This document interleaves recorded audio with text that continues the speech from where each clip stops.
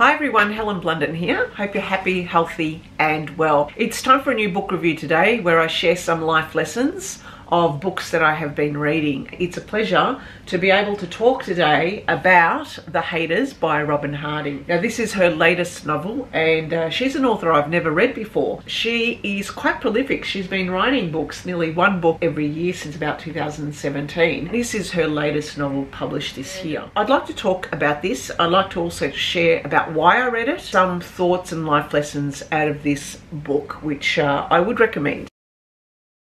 Believe it or not, I'm going to actually use Count of Monte Cristo and The Haters in the one video. I'm sure that there's no other YouTuber who does that. I was reading this book, given that I'm so behind the times, and you might say, oh my God, Helen, that's a lot of pages. Yeah, there's about 504 pages. But those of you who have read this book out there are probably thinking, where's the rest of it? I didn't know that there was the rest of this book because about 100 pages in, I started to think something's not quite right. All the reviews are saying that this is brilliant, that they're so passionate about this book, and I just couldn't get into it. Initially, I must admit, the first pages was great. Even the last pages were brilliant. Things all wrapped up. I just wasn't getting that same passion that everyone else was. So I did a bit of a look-see online and saw that this is the abridged version, isn't it? There's about another 500, 600 pages missing. What it means, I'm not going to do the math. The thing is, I have to reread the original book, the 1300 pages, because I want that same experience of immersing myself into a story and loving it.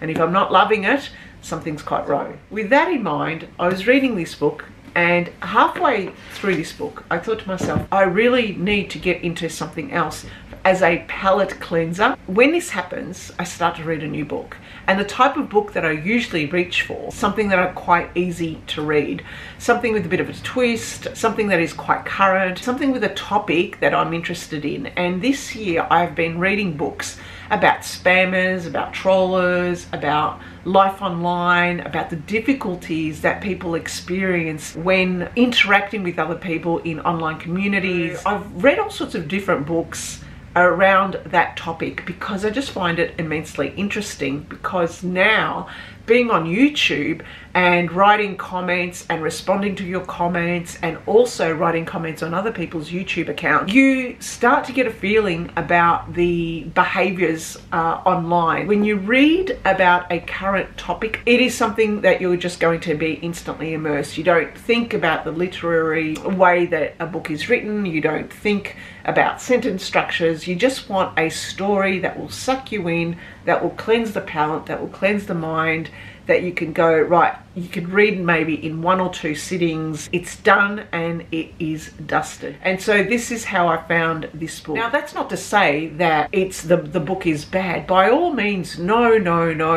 I found this quite enjoyable, and it's what I needed to get through this and to go back to it. So this one, as you can see with the stars, you can hazard to guess that it is something about behaviors online. In particular, the story is centered around Cameron, who is a female writer. She's divorced. She has a young daughter who is studying.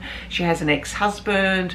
Her ex-husband has a wife. Cameron's got a lot of girlfriends as well. But Cameron is a high school counselor, and she's written her first book. And she loves the idea of focusing now on her writing and starting a new career in writing. But what happens is she publishes her novel, and at the start, the publishing industry is all over her novel. They tout her to be like the next great novelist. They're looking forward to her future books as well. And so she's quite popular. But there is a troller out there who somehow gets the idea that Cameron has taken her ideas from her high school counselling and from the young girls that she counsels. And what happens is this troller inspires others to be able to get back at Cameron and write some nasty comments and trolls her, writes nasty emails, gets online on Twitter and basically slams the book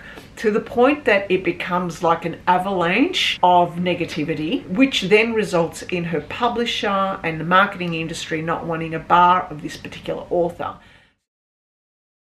I really like seeing how the author Cameron dealt with all this negative feedback. You can imagine that happening in real life, and no doubt that it does, and it has, and how people are cancelled. So there was a lot of terms here in the book that are all quite new for me. So my life lessons was trying to come to grips with understanding the difficulty that debut authors, and in fact many other people, have in trying to appease and trying to please everyone online. And you start to think you can never please everyone. There's always going to be someone who's going to hate the book or hate your writing. There's a line that is drawn, and some of them actually become troll-like and inspire other people to create this avalanche of negativity and negative feedback and one-star reviews that just gets worse and worse and worse, and that might end up harming the author's work or harming the author's life, given that it spills into her personal life, or even just basically destroying her career. And that is what happens here. Now, I'm not giving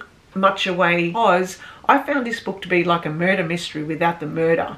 What the intention of Robyn Harding was for you to guess who that person was behind these negative acts of trying to kill off Cameron's career.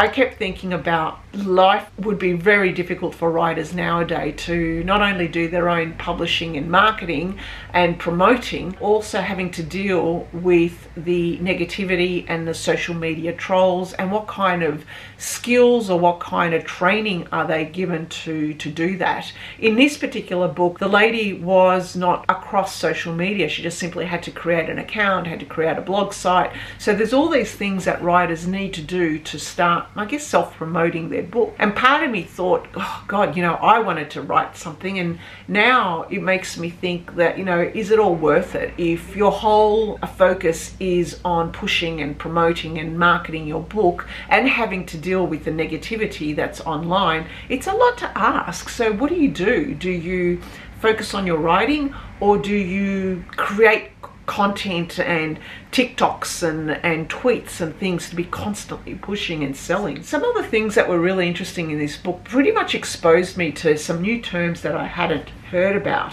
And some of these terms were sock puppet accounts. She mentioned that there's a lot of spammers and trollers out there who create these dummy accounts just simply for the purposes of spamming other accounts. Other terms that she mentioned was swatted. I didn't know that that was a term where you ring up the police and you tell that particular household of the person that you are trying to inflict damage, they have guns or they have something there that gets the police to go and SWAT their house. I mean, who does that? Terms like doxed. Dox seems to be around a lot. And also vigilantism. This is what happens to Cameron. She gets spammed and trolled to the point that it starts to affect her life and starts to affect her mentality and starts to affect her career, her relationships with people. It was a real eye-opener in that sense, because you just don't want anything like this happening to anyone that you know in your life. You certainly don't want it happening to you if you're a writer. There is another life lesson about the use of, you know, where do you draw the line when you are a writer and you get your ideas? I thought to myself,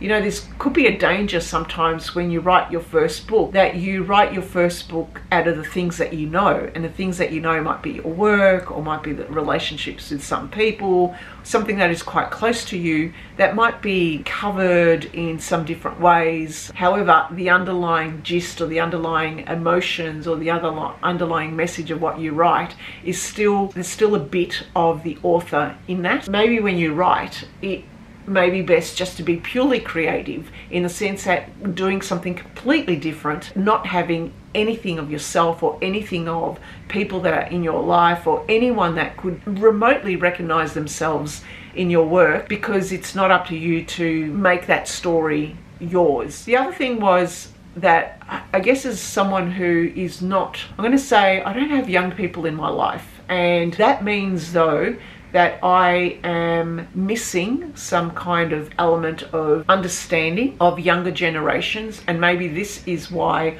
I'm needing to appease that gap in my life to be able to understand it, and that's why books come into play here for me to understand the behaviours of people online and the behaviours of younger generations and how they use these tools. In the book, she mentions Australia a few times, and I do wonder if Robyn Harding had some connections to Australia. She mentions this app called Stymie. Because I don't have children who are at school, this app she mentions, actually she doesn't mention the name. I looked into it afterwards and I think she's referring to this app called Stymie, and that is an app that was created in Australia for Australians. I don't know, it could be all around the world now, where children can upload videos that get encrypted, that get sent to the education system, the educators, their teachers, for it to be reviewed in some way, show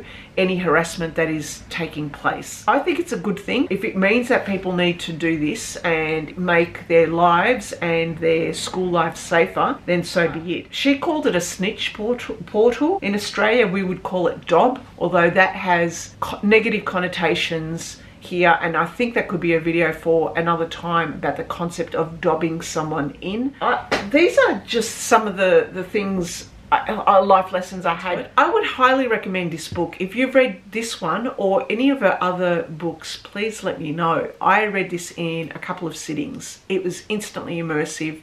It was a book that got you interested straight away. One thing that I felt really didn't need to be in here was, but I'm going to say there was a little twist in the end, is that Cameron, the writer in this book, interspersed the story that she wrote about, the story that was getting people up in arms about throughout this book. So we got to read what she had written in this book. And I feel as if that didn't even need to be in there, because as I was getting into the proper storyline, then some chapters, the tone changed because I was reading her book. That's all I have to say about The Haters by Robyn Harding. Let me know what you think if you've read any of her books, or if you've read this one, let me know. Thanks again for listening and watching. Bye for now.